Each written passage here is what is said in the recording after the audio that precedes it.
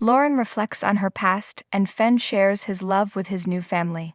This morning on The Young and the Restless on Lauren's big night, Fenmore shows up with his new girlfriend in tow, and she, her family, and Phyllis reflect on the last 4 decades. As she glances around the Grand Phoenix, Lauren can't help but crack a grin.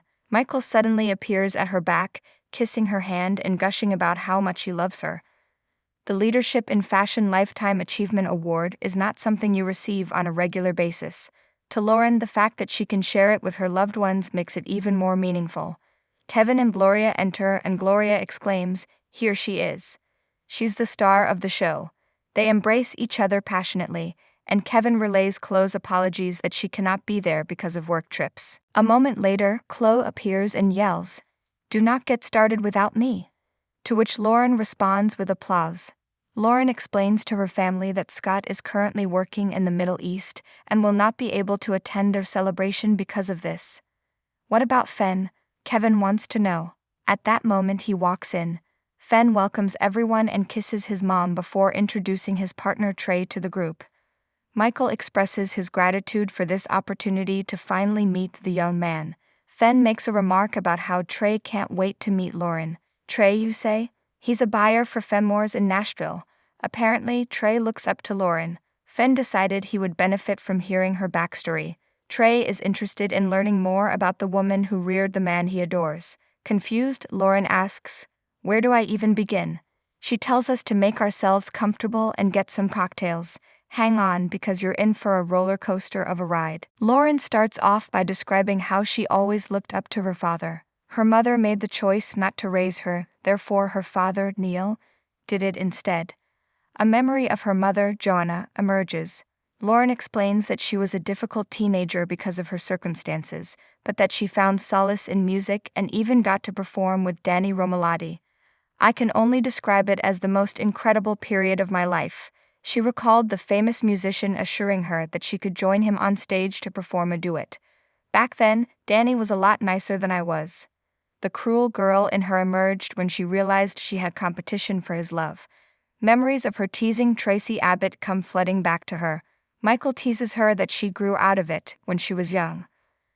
Lauren reflects on the irony of her first marriage beginning with a run-in with the law. She still recalls the time Paul caught her stealing from a store.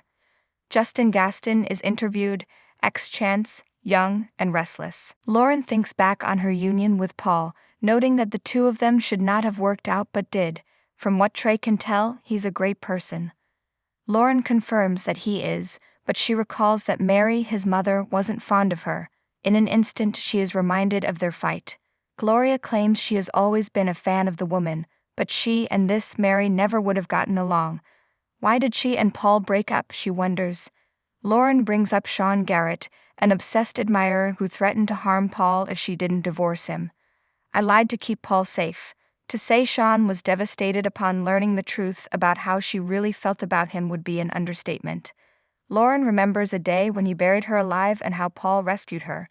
She determined then that it was time to mature. Lauren elaborates, thinking back to when she was in her 20s and her father passed away. She wasn't ready to lose him so young or to take up his life's job. Remembering Paul's encouragement, she followed her father's last wish and took over the family business. "I was motivated to do well and impress my father." Michael tells her that indeed she has. Lauren claims that she settled into her new work quickly, and that it was around this time that she met her second husband, the handsome and kind Dr. Scott Granger. On a beautiful night, she dances with Scott, and the memory brings a rush of emotion.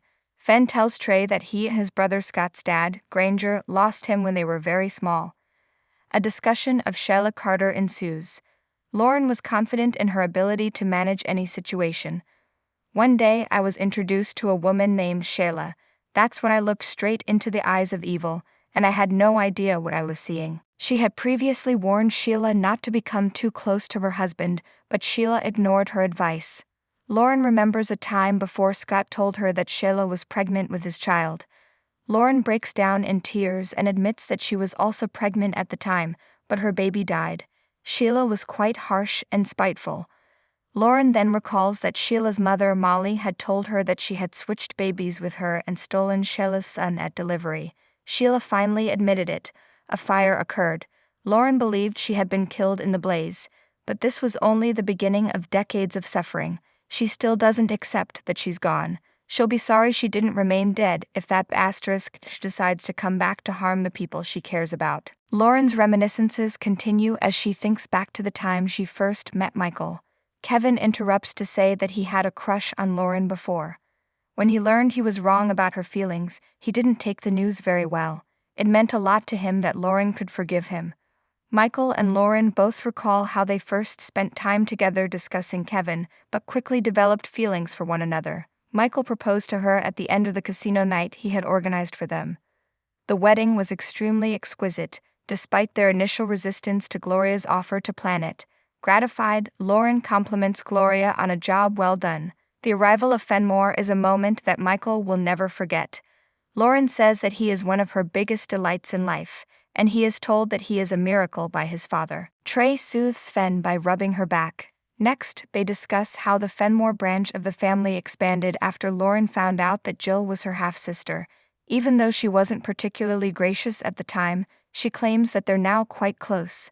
They all chuckle about the time Lauren and Michael discovered Jill having an affair in the office. Phyllis comes in and says hi to Lauren before Fen introduces her to Trey. If there is ever a biography written on Lauren, she says, this lady should get her own chapter. A very drawn-out and convoluted chapter, according to Kevin. In contrast, Phyllis insists that she and Lauren have a unique connection. They both get simultaneous prenatal flashbacks. Lauren observes that even amid adversity, she was there for him. As far as Phyllis is concerned, Michael and Lauren's relationship is the stuff of dreams. They have experienced difficulties but have managed to overcome them. Michael and Lauren both recall when he pressured her to end their marriage, but she stayed. My wife is the greatest, strongest human being I have ever encountered, Michael says of his spouse, and we're better off for it. After everyone leaves, Lauren and Michael are left with Fen and Trey, who have decided to check out Noah's nightclub. The dudes leave together, arm in arm. Michael and Lauren cry about their son's romantic development. They do serve as an example for others, Michael agrees with Phyllis. Challenges that would have smashed weaker teams didn't stop us. They quickly revisit the difficult events in their marriage, such as when Lauren's yacht exploded, when Michael was diagnosed with cancer, and when Lauren began to cheat on him. Lauren believes that they have made it thus far because their promise to stay together forever was sincere. Michael leans in for a kiss and introduces his wife as Lauren Fenmore Baldwin. To the end of my days I pledge my undying love, utmost respect, and undying devotion to you. It ends with a passionate kiss and an embrace between the two.